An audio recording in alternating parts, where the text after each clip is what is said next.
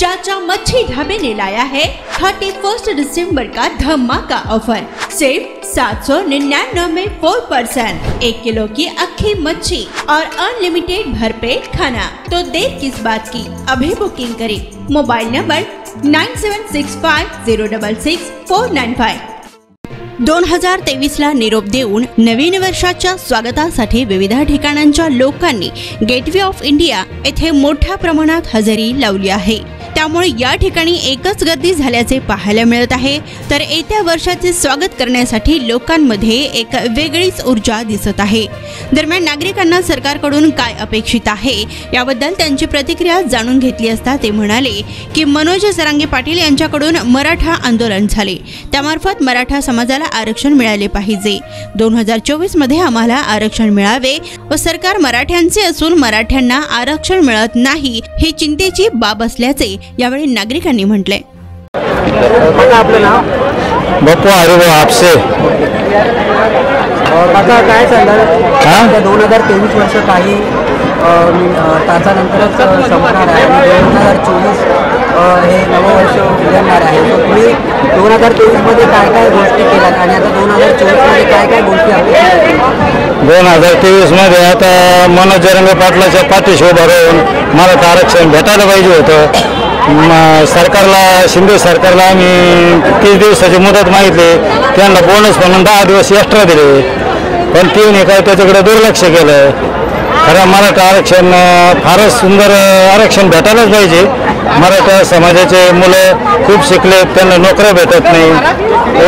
OBC मधून आम्हाला आरक्षण मिळायला पाहिजे। 2024 मध्ये तरी 100% खात्री आम्हाला आरक्षण मिळावं।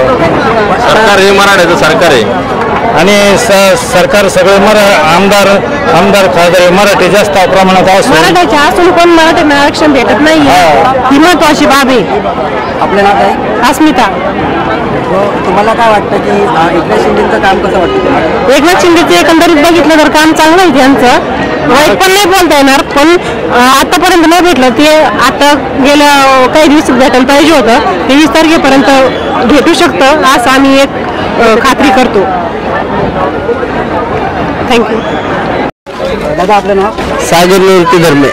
दादा आता 2023 हे वर्ष आता सरणार आहे, तो 2023 काही तासातच सुरू होईल। तो तुम्हाला 2024 मध्ये काय गोष्टी अपेक्षित आहे?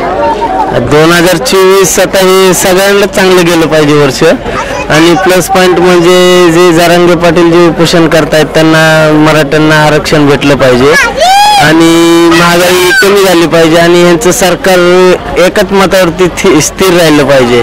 हे काही जे सारखं बदलतात सरकार, हे या सरकारमध्ये गेले ते त्या सरकारमध्ये गेले, तर यांच्या सगळ्यांचे एकमत होऊन एकच सरकार व्हायला पाहिजे आणि बाकी सगळ्यांना वर्ष सुखाचं जायला पाहिजे। एकनाथ शिंदे मुख्यमंत्री आहेत, तर त्यांचं ते मुख्यमंत्रीचं म्हणजे काम कसं वाटतं?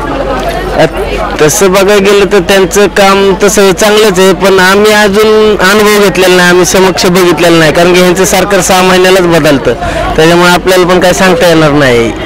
आपण जेवढं बघतो तेवढं बोलतो, आपल्या समोर काय अजून तर काम घडलेलं नाही। तेवढं जे मध्यंतरी खालापूर जवळ जे डोंगर कोसळला तिथे एकदा काम दिसून आलं त्यांचं, बाकी काही काम दिसलेलं नाही आपल्याला। आता तुमची काय प्लॅनिंग आहे 2024? तुम्हाला काय वाटतं तुम्ही कसं हे करा 2023 मध्ये ज्या गोष्टी राहिल्या असतील 2024 तुम्ही काय काम करता? 2023 मध्ये जे काय आपले चेंज झालं नाही ते आता 2024 ला आपण करायचा प्रयत्न करणार आहे। आणि प्लस पॉईंट म्हणजे जे मागचे जुने दिवस गेले ते विसरून आता नवीन वर्षाला आणि नवीन दिवसाला सुरुवात करणार आहे उद्यापासून।